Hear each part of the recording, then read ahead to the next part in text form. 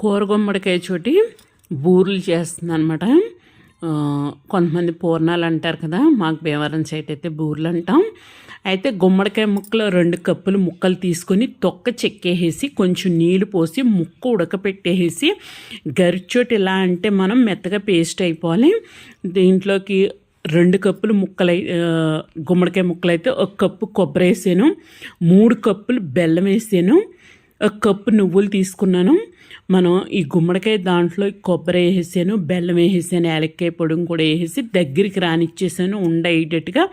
ఆ తర్వాత నువ్వులు కూడా వేసి లడ్డూల చుట్టేసి మన దోశల పిండిలో కొంచెం వంట సోడా వేసి మనం గుంట పొంగడాలు వేసుకున్నట్లుగా కొంచెం నేర్చుక్క వేసి మళ్ళీ ఈ బూరెలు వేసాక మళ్ళీ కొంచెం నెయ్యి వేసి మూత పెట్టేస్తే చక్కగా మగ్గిపోతున్నాయి, చాలా బాగుంటున్నాయి.